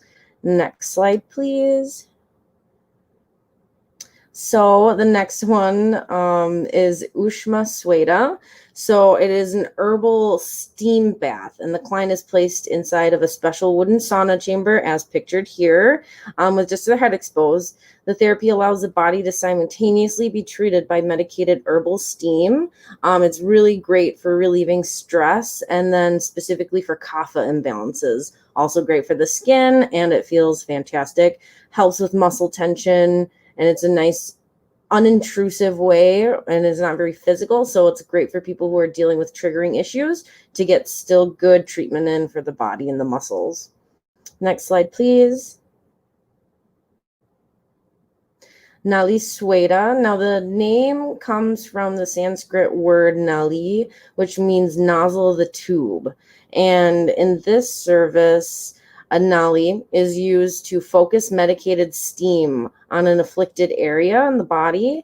Typically, it is followed by an oil decoction massage on that specific area we're working on.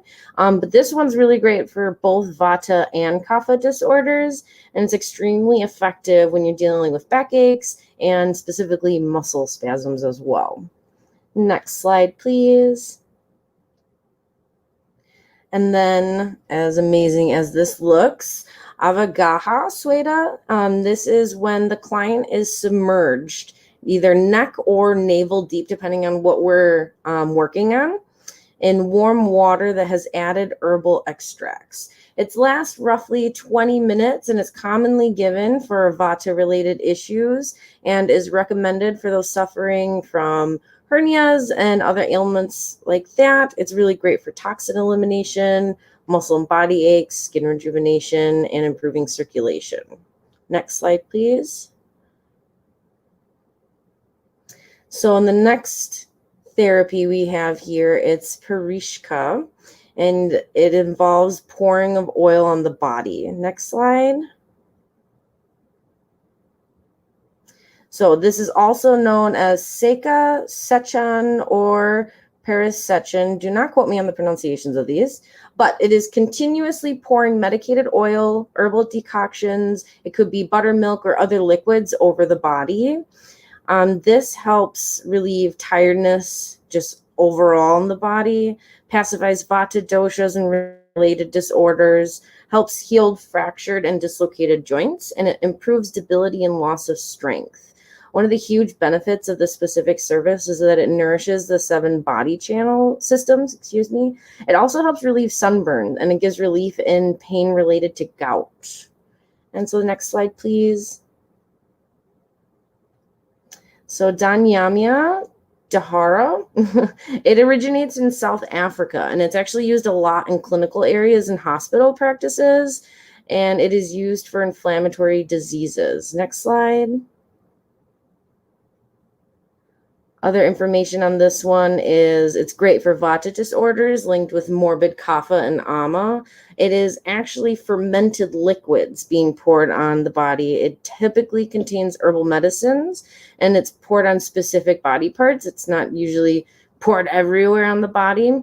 So depending on the case, medicated oil may be applied onto the specific body part beforehand.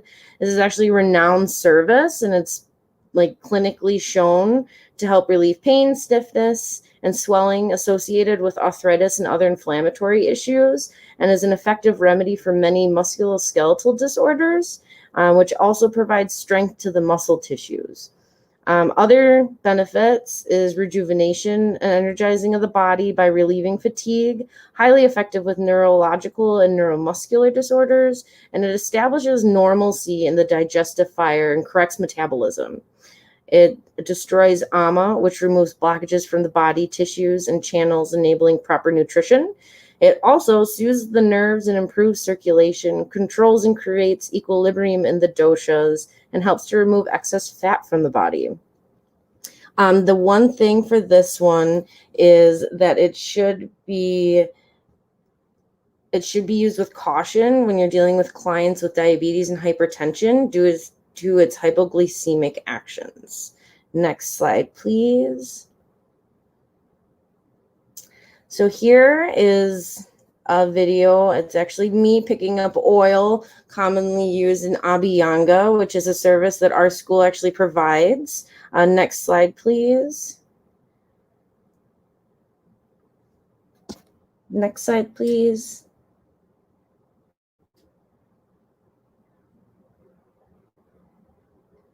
Oh, next slide, please. Thank you. All right. So in this service, this is getting more into the realms of body care that we tend to understand here in the West. It does give you a very light pressure massage. We're not actually manipulating any muscles, but it is the use of spreading heated oil across the body with the intent of balancing the doshic energies. It's gentle pressure, but it helps promote both blood and lymphatic circulation while quickly lulling an individual into a deep parasympathetic state. Now, parasympathetic state is when you're running on the nervous system. There's two, that is actually rest and digest, which versus the sympathetic state, which is more fight or flight. So it's very nice, especially for the crazy days we have nowadays. But the specialized herbal oil used helps nourish the skin and tissues below while balancing the doshic prakriti of the client receiving the service. Beyond balancing doshic energy, detoxification, toning, softening of the skin, promoting relaxation, and calming busy Vata minds is also experienced. Now, this service can be given by one or two therapists, commonly called either two-handed or four-handed Abhyanga. We offer both of these at our school. Next slide, please. So Piz Hitchell is a service that's actually designed to be given over numerous treatments. So we're going to go to the next slide, please. And in this service and therapy, the client experiences lukewarm medicated oil being squeezed onto the entire body from a well-soaked cloth. The reason this therapy is done over multiple sessions is that the body needs time to go through the rigorous purification that happens when we're going through this. In addition to hot oil being poured over the body, massage is given to the area receiving the medicated stream. It's typically done by more than one therapist. So that's why it's considered more of a rigorous situation versus the body just experiencing two hands promoting and moving and manipulating. We're having more. So it's a little bit more on the nervous system and for the body to really handle and being able to go through. So it is typically helpful in relieving Vata rogas and is a highly rejuvenating option for the nervous and circulatory system along with the muscles, helping in reducing anxiety, stress, and depression. Pitta chill also helps reduce related stiffness and pain in the joints and overall in the body. It has been proven to be effective in managing neurological disorders, control blood pressure, and helps in treating rheumatic diseases. It is also shown to manage conditions such as arthritis and paralysis. And then we'll go to the next slide, please. So this service is Samvahan, and in the picture is Dr. Ram Bozi. I'll get into him in a little bit, but just want to clarify who this guy was. So next slide. So this is a really unique and kind of different body therapy than a lot of people who are even just beginning or have been into the concept of body therapy. This is really different. So in this service, a practitioner tunes into the vibrational frequency of their client's body to find blockages or imbalances. This philosophy was reborn in the 1930s by Dr. Ram Bozi, who was inspired by the vibrational energies of the universe. He really understood the depths of what it means to have an energetic world and universe. And he really spent quite a long time. He actually spent 6 years in the Himalayas perfecting this therapy. It did originate in India more than 2,500 years ago, but his work and studying revamped it and reintroduced it back into modern society. But it's implementing hands, tuning forks, vibrational bowls, music, and other tools to return the body to harmony in the nervous system, the muscles, organs, fluids, energy systems, and even the emotions. So it brings the entire body back into balance. It's extremely useful to relieve mental health disorders, digestive and gastrointestinal issues, chronic fatigue syndrome, especially helpful in PTSD and trauma, and then muscle spasms along with tightness in the body. Next slide, please. So this one is a very common one in pretty much every massage practice. So we're going to go to the roots of where this comes from. So Sheila Abhyanga, if you want to go to the next slide, please. This is where we get our hot stone services from. So it is utilizing stones soaked in heated water, and it's typically placed over key points, marmas, on the body after preparing the client with oil to dissolve stress and open these points. It's a little bit different than what you would typically get in a more Western spa or typical massage area. This one, you're actually placing the stones on very specific parts on the body. It also typically utilizes crystals that were not heated, typically pointed, but those are used in a specific sequence to harmonize chakra systems. So the hot stones are used in a gliding motion after having some time resting on specific marma points. And then the pointed stones are used to give an amazing deep tissue massage. Now by point, it's not like pokey, you're not going to get hurt by it, but it does give you more of a targeted, deeper pressure. Benefits are increased circulation and lymph, release toxins, softening of tight muscles and tissues, balancing the chakra systems, and balancing the Vata element in the body. Next slide, please. Vishesh. And we're going to go to the next one right away. So this service is very similar to Abhyanga, but it's more of a vigorous stroke applied with more pressure to give a deep tissue massage versus Abhyanga that's very light pressure. We're not getting really into the muscle tissue itself. So for Vishesh, it is actually more suitable for Kapha excess imbalances. A lighter application of oil is the key difference. So we can get that nice traction and not just slip and slide by giving a bunch of pressure. This is going to be a little bit more focused on the abdominal area, back and the legs of the client. And the benefits are general detoxification, stimulation of the digestive system, balancing of skin disorders, stimulation of the immune system, relief of stress and anxiety, and improvement in circulation pertaining to both the blood and the lymph. And the next slide, please. Udvartana. Looks lovely. Next slide. So with Udvartana, this utilizes herbs quite a bit. In this service, the therapist rubs an herbal mixture into the skin to both massage and exfoliate. A mixture of herbs and flowers are rubbed vigorously over the entire body to tone the muscles, reduce dryness, and increase metabolism. The treatment is especially effective for weight loss by balancing morbid kapha, nervous disorders by balancing the Vata dosha, along with neuromuscular disorders, metabolic syndromes, diabetes, and can be used to lower high cholesterol and triglycerides. And the next slide. So if you've ever asked anyone to walk on your back or had someone ask you to walk on their back, this is a great one for you. Next slide. Pedagot involves therapists walking on their client's back.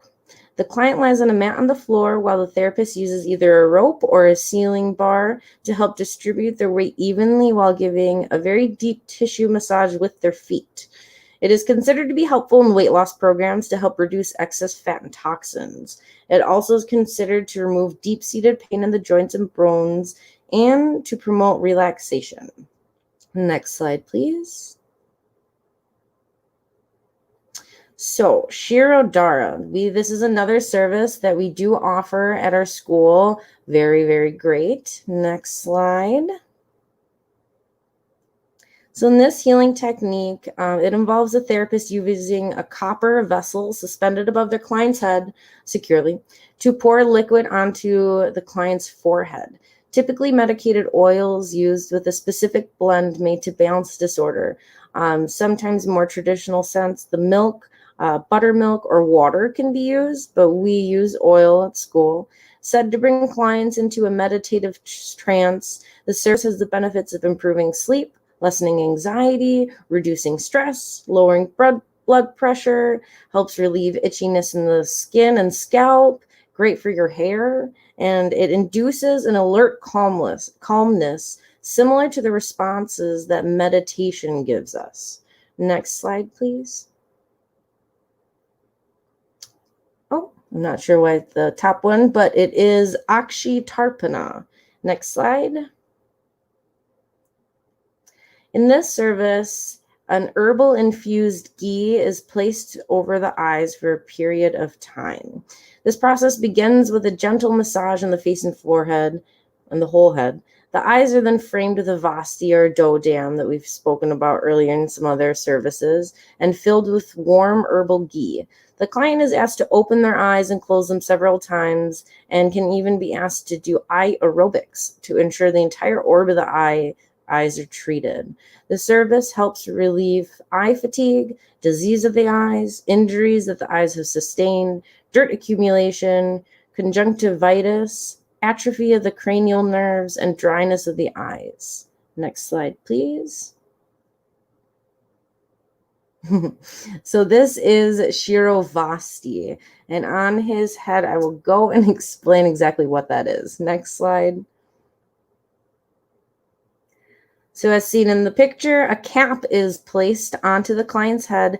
In more traditional senses, the cap is actually made at your service to ensure the fit is proper. Now, more so in modern days, they tend to have like a one-size-fits-all, but that comes with its downfalls. But on the cap, there's an opening on the very top, and the headgear is typically made out of leather, and it creates an area for warm oil or ghee to be poured, so it surrounds the cranial structure. Herbs are chosen to be infused with the oil or ghee depending on the ailment or doshic imbalances. This service is useful for headaches and migraines, paralysis, itching on the scalp, fatigue, psoriasis, dandruff, hair loss, and depression. Next slide, please. So lepas. So this is another one that's more of a category. This is when you make an actual paste. And I'm going to be going over more of ones that are designed for the skin specifically, but there's an abundant amount of different lepas you can make for specific issues. So next slide, please. So muka lepa, that actually translates into face pack. So it is what we commonly known as our face mask, clay, gel. This is where we get some of that information and the ingredients from this old history. So this herbal paste is applied to the face and used to help treat acne, pimples, scars, pigmentation issues, and hydration problems. Typically, the type of muka lepa are based around climate changes. So we're going to be changing those ingredients based on what season we're in. Typically in winter, we want the nice, real heavy hydration, while in summer, we want something that's more of like a gel base to whisk away the oil that can kind of accumulate in the hot weather. And they typically have the properties of nourishing, healing, cleansing, astringent, antiseptic properties. Next slide, please. So Dashang Lepa is a specific type of ingredient-based lepa. It is another style of paste, but it is specifically used to help treat fevers, headaches, and skin diseases such as heat rashes, eczema, and sores. Dasha in Sanskrit means 10, while Anga means components. So in the name, it kind of tells you exactly how many ingredients is typically in it. There is kind of more strict protocol on recipes for this one specifically. Next to the wording, I have a list of them. It is found that these pastes are typically calming, more for Pitta and Kapha accumulation. Next slide. And then pralepa. So this is basically just a lepa that is made to have cold properties. So pictured here, I have lavender, lemon balm, I have peppermint, and these are really great for pitta conditions because as we've learned, they're really hot. They have that heat, and they tend to get symptoms that relate to that. Next slide. Pradeha, now that's going to be on the opposite end. So we're going to be wanting to use heating elements. So cinnamon, ginger, cardamom, those are all pictured there. This is going to be better for the kapha imbalances. And then next slide. And then alepa. So that is going to be combinations of both. So we're going to have heating and cooling elements. It's going to be a little bit more tailored to like specific problems versus just a generalized application for Pitta or Kapha. And next slide, please. Mukha Hyanga. This one I included specifically because we are in school to become estheticians. Next slide. This treatment is known as the Ayurveda facial or the natural facelift. It is believed that if regularly received, that it will lift the muscles by increasing the blood flow to the Marma points, leaving a youthful and vibrant glow, as well as heightening mental well-being. This is performed on the face, neck, and all throughout the head. Through mindful strokes and warm oil, the service induces a calm state that opens your heart space and helps to strengthen the connection that we do have to our heart. Next slide. And Garshana, kind of following the concept that we're in school to be estheticians. These are great for the skin. Next slide. This is an exfoliation treatment given with the use of silk, wool, or cotton gloves. Vigorous strokes are used with light amount of pressure to scrub off dead skin while simultaneously heating the body to promote circulation and lymphatic flow, along with stimulating oil glands on the skin. This process promotes tightening of the skin, cell renewal, and can help aid digestion and kidney function. And last slide, please. We're going to get real quick, this is a very quick explanation, but Marma therapy. And then I have a little map kind of showing where the points are. Next slide. So Marma therapy revolves around the belief that specific anatomical locations on your body hold pooled energy and facilitate the energetic flow throughout your body. Similar to acupuncture, stimulating these points have profound effects on the body. There are 107 Marma points located throughout the body, and activating these points is believed to change or even improve your biochemistry. Therapy involving hitting these points release stagnant energy, stimulating your internal organs, hormones, and other chemicals that help meet the needs of your body. Herbalized oils or salves are often utilized to emphasize the benefit of these therapies. And next slide, please. So here I have a video, and it's just like 4 or 5 minutes, and it's a great little self massage that you can do by activating the Marma points in your face, and it's designed for rejuvenation, both with your mind and through the actual face muscles. So if you'd like to hit play for that.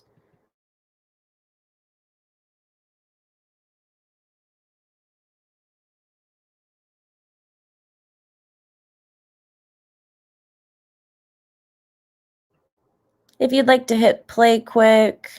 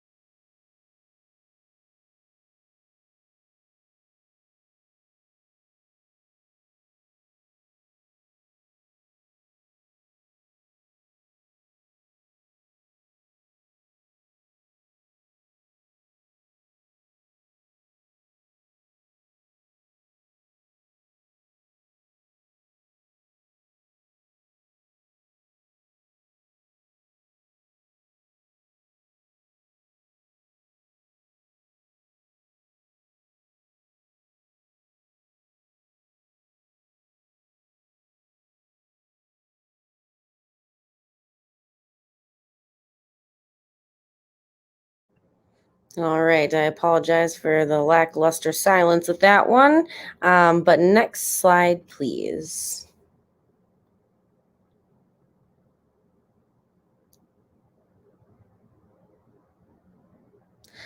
Oh, well, I hope this presentation has opened new ways of thinking about what it means to take care of your body. In a society where we tend to put ourselves last, we lose out on some beautiful therapies this world has to offer us.